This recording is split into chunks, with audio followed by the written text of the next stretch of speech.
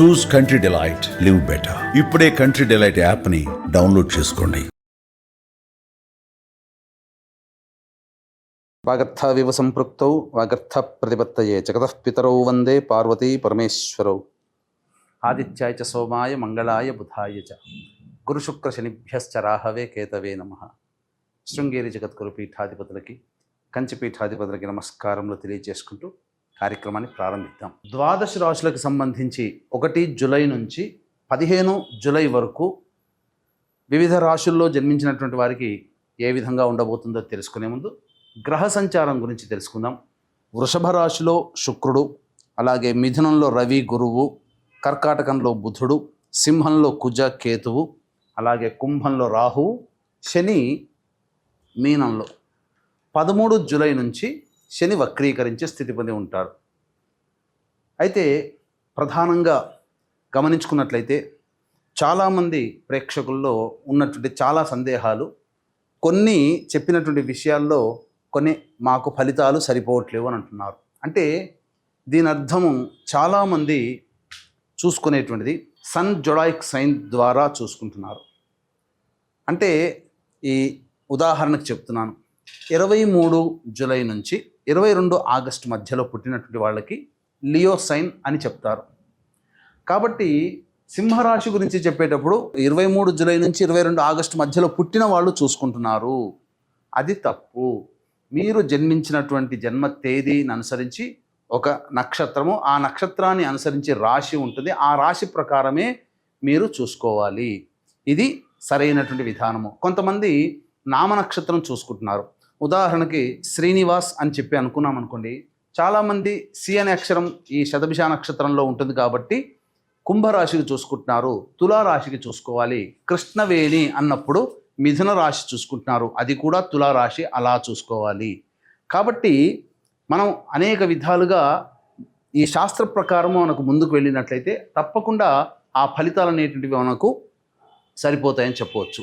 ఇక ఆలస్యం చేయకుండా వివిధ రాశుల వారికి ఈ 1 జూలై నుంచి 15 జూలై వరకు ఏ విధంగా ఉండబోతుంది, ఆదాయ వ్యయాలు, ఖర్చులు, అలాగే పరిస్థితుల అనుకూలత, ఇవన్నీ కూడా క్లుప్తంగా మనం తెలియజేసుకునే ప్రయత్నం చేద్దాం. ద్వాదశ రాశులలో భాగంగా 5వదైనటువంటి సింహరాశిలో జన్మించినటువంటి వారికి 1 జూలై నుంచి 15 జూలై వరకు ఏ విధంగా ఉండబోతుందో తెలుసుకునే ప్రయత్నం చేద్దాం. ముందుగా ఈ యొక్క సంబంధించినటువంటి సింహరాశి వారికి శుక్రగ్రహ సంచార ప్రభావం అనుకూలముగా లేదు. మీకు ప్రధానంగా స్త్రీపరమైన విద్వేషం కలిగే అవకాశం ఉంటుంది. అపనిందలు మీరు పడతారు. కాబట్టి స్త్రీలతో మాట్లాడేటప్పుడు జాగ్రత్తలు పాటించండి. ఇక రవి సంచార ప్రభావము సంపూర్ణముగా ఉన్నటువంటి కారణం చేత నిరుద్యోగస్తులకి ఉద్యోగము లభించే అవకాశాలు సంపూర్ణంగా ఉన్నాయి. ఉద్యోగస్తులకైతే మీకు చక్కటి ప్రమోషన్స్ కానీ, లేకపోతే ప్రభుత్వ రంగంలో పనిచేసేటువంటి వాళ్ళకి కోరుకున్న చోట బదిలీలతో కూడుకున్నటువంటి ప్రమోషన్స్ కానీ లభిస్తాయి. మీ యొక్క కీర్తి ప్రతిష్టలు పెరుగుతాయి. మీరు చేస్తున్నటువంటి పనికి ప్రోత్సాహకాలు పెరుగుతాయి. గురుగ్రహ సంచార ప్రభావం కూడా అనుకూలంగా ఉన్నటువంటి కారణం చేత ధనపరమైనటువంటి లావాదేవీల్లో మీకు చక్కగా లాభం చేకూరుతుంది. రాని బాకీలు వసూలే అవకాశం ఉంటుంది. ఇక అన్ని విధాలుగా సహాయ సహకారాలు గురుగ్రహం యొక్క అనుగ్రహం వలన కలుగుతాయని చెప్పవచ్చు. ఇక ప్రధానంగా ధన ప్రవాహము గురువు వల్ల కలిగితే బుధగ్రహ సంచారం మీకు ప్రతికూలమైనటువంటి ఫలితాలు కలుగుతాయి. అంటే ధనం రాగానే ఖర్చులకి చకచక ఖర్చులకి వెళ్ళిపోతుంటాయి, లేదా అనవసరమైనటువంటి పెట్టుబడులు పెడతారు, స్టాక్ మార్కెట్స్లో పెట్టుబడులు పెడతారు. కాబట్టి జాగ్రత్తలు పాటించండి. ముఖ్యంగా బుధగ్రహ సంచారము అనుకూలంగా లేదు. ఈ కారణం చేత కొంత సంతోషముగా లేని పరిస్థితులు, ఆరోగ్యం పట్ల శ్రద్ధ వహించాలి. శిరోబాధలు ఎక్కువగా ఉంటాయని చెప్పవచ్చు. ఇక కుజ కేతుల యొక్క సంచార ప్రభావము ఇది కూడా అనుకూలంగా లేదు. కాకపోతే మొండి ధైర్యం పెరుగుతుంది, ఏదైనా సాధించాలనే కసి పెరుగుతుంది. కానీ మీ అంతటి వాడు లేడు అని మీరు ఆ భావన ఉండడం వల్ల, ఇతరులను చులకనగా చూడడం వల్ల సింహరాశిలో జన్మించినటువంటి వారు మీ విలువని కోల్పోతారు. దగ్గర వారిని దూరం చేసుకుంటారు మీ మాట తీరు వల్ల, మీ ప్రవర్తన వల్ల. కాబట్టి ఆలోచించండి. ప్రేమతో అందరితో వ్యవహరించే ప్రయత్నం చేస్తే ఈ కుజకేతుల యొక్క సంచారం మీకు కొంతవరకు ఉపశమనం లభిస్తుందని చెప్పవచ్చు. ఇక రాహు సంచార ప్రభావము ప్రధానంగా ఈ యొక్క సింహరాశిలో జన్మించినటువంటి వారికి ఎల్లప్పుడూ కూడా ఇతరుల మీదనే పైచేయి సాధించాలనే కసితో మీరు పనిచేస్తారు. కొంతవరకు అనుకూలంగా ఉన్నప్పటికీ కూడా ఇతరులు మిమ్మల్ని మోసగించే అవకాశాలే ఈ రాహుగ్రహ సంచారం వలన కలుగుతాయి, లేదా ఇతరుల వలన మీరు నష్టపోతారు. కాబట్టి ఏదైనా వ్యవహారం నడిపేటప్పుడు జాగ్రత్తలు పాటించండి. శని సంచారము అష్టమ శని ప్రభావం ఎలా ఉన్నప్పటికీ కూడా గత కొంతకాలంగా అష్టమ శని అనుకూలంగా లేని కారణం చేత అనారోగ్య సమస్యలు, తీవ్రమైనటువంటి ఒత్తిడులు, అలాగే సమయానికి భోజనం చేయలేకపోవడం లాంటి సమస్యలతో ఈ అష్టమ శని ప్రభావం మీకు ఉన్నప్పటికీ 13వ తారీఖు నుంచి వక్రీకరించిన కారణం చేత అష్టమ శనితో పాటుగా ఈ సప్తమ శని ప్రభావాన్ని కూడా కలగచేస్తాడు. కాబట్టి జాగ్రత్తలు పాటించండి. ముఖ్యంగా 4 కూడళ్ల మధ్యలో వేసిన వస్తువుల్ని తాకకండి, దిష్టి తీసిన వస్తువుని తాకకండి. నడిచేటప్పుడు జాగ్రత్తలు పాటించండి. ముఖ్యంగా 9వ తారీఖు నుంచి మీరు ఎవరితో కలిసి దాంపత్యంలో ఉంటారో, అనగా మీ యొక్క జీవిత భాగస్వామి మరియు వ్యాపార భాగస్వామితో కొంత ప్రతికూలమైనటువంటి వాతావరణం ఉంటుంది. సమయం అనుకూలంగా లేదు కాబట్టి తగ్గి ఉండే ప్రయత్నం చేయండి. కొంతకాలము, సంవత్సరంలో కొంతకాలము వారిదే పై చేయి ఉంటుంది, వారి మాటే వినాల్సి వస్తుంది, వారి మాటే నెగ్గుతుంది, వారు చెప్పిందే జరుగుతుంది. ఒప్పుకుంటే తప్పు లేదు కదా. కాబట్టి ఈ కుజుడు కేతువు మీకు ఆ విధమైనటువంటి వెసులుబాటు ఇవ్వడు, నేనే గొప్ప అన్నట్టు తయారు చేస్తాడు. కానీ ఇక్కడ శని రాహుల ప్రభావం కూడా అధికంగా ఉన్నటువంటి కారణం చేత మీ జీవిత భాగస్వామి, వ్యాపార భాగస్వామి, లేదా మీరు ఎవరితో కలిసి పనిచేస్తారో వారిదే పై చేయి అవుతుంది. కాబట్టి వాస్తవాన్ని ఒప్పుకునే ప్రయత్నం చేయండి. అన్ని విధాలుగా అనుకూలంగా ఉంటుందని చెప్పవచ్చు. ఈ రాశిలో జన్మించినటువంటి స్త్రీలకి ప్రధానంగా కోరుకున్న చోట గౌరవ మర్యాదలు లభించవు, ఇతరులతో మాటలు పడాల్సినటువంటి పరిస్థితి వస్తుంది, విలువైన ఆభరణాలని కోల్పోయవలసినటువంటి పరిస్థితి వస్తుంది. కాబట్టి జాగ్రత్తలు పాటించండి. ముఖ్యంగా సంతానం కోసం ఎదురు చూసేటువంటి మహిళలు వాయిదా వేసుకోవడం మంచిది. ఆల్రెడీ గర్భధారణ జరిగినటువంటి వాళ్ళు వైద్యుని యొక్క సలహాలు తప్పకుండా పాటించాలి.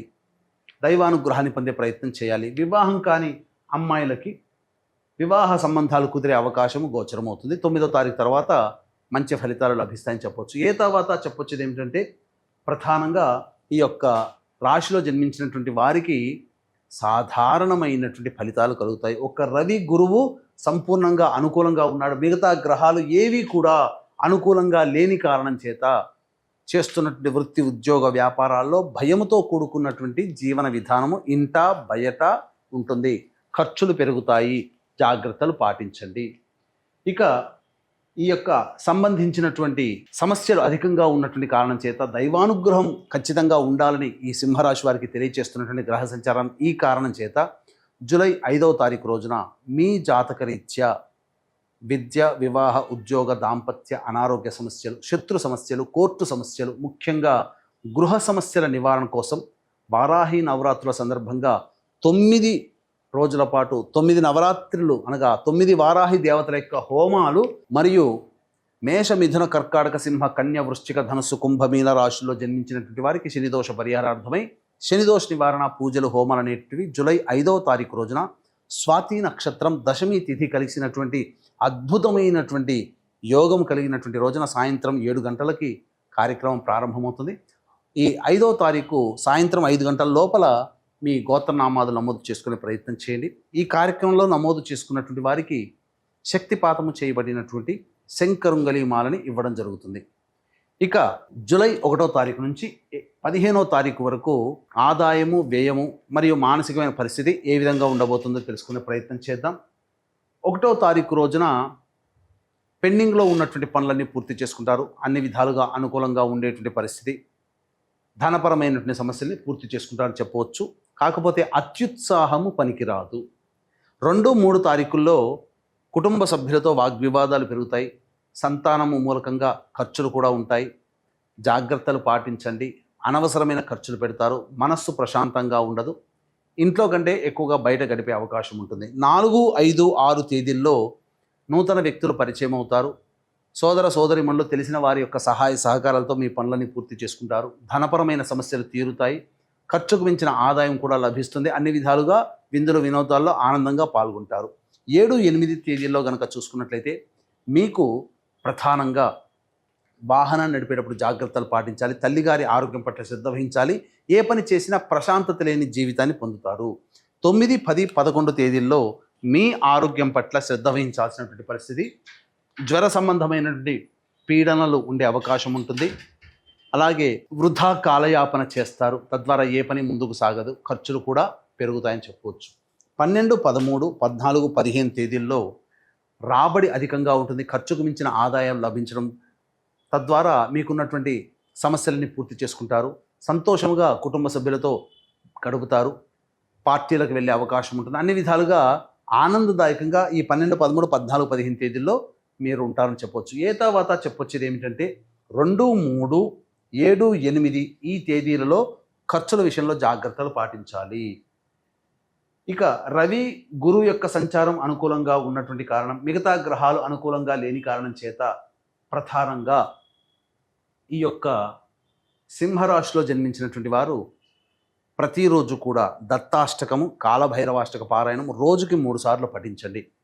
ఇప్పుడు చెప్పినటువంటి సమస్యల కంటే ఇంకా ఎక్కువగా సమస్యలు మీరు ఎదుర్కొంటున్నట్లయితే దగ్గరలోని మంచి ఉపాసనా పరులైనటువంటి జ్యోతిష్యులను సంప్రదించి వారి సలహాలు సూచనలు కనుక పాటించినట్లయితే మరింత మెరుగైన జీవితాన్ని పొందుతారని తెలియజేస్తూ సర్వం శ్రీ ఉమామహేశ్వర పరబ్రహ్మార్పణమస్తు.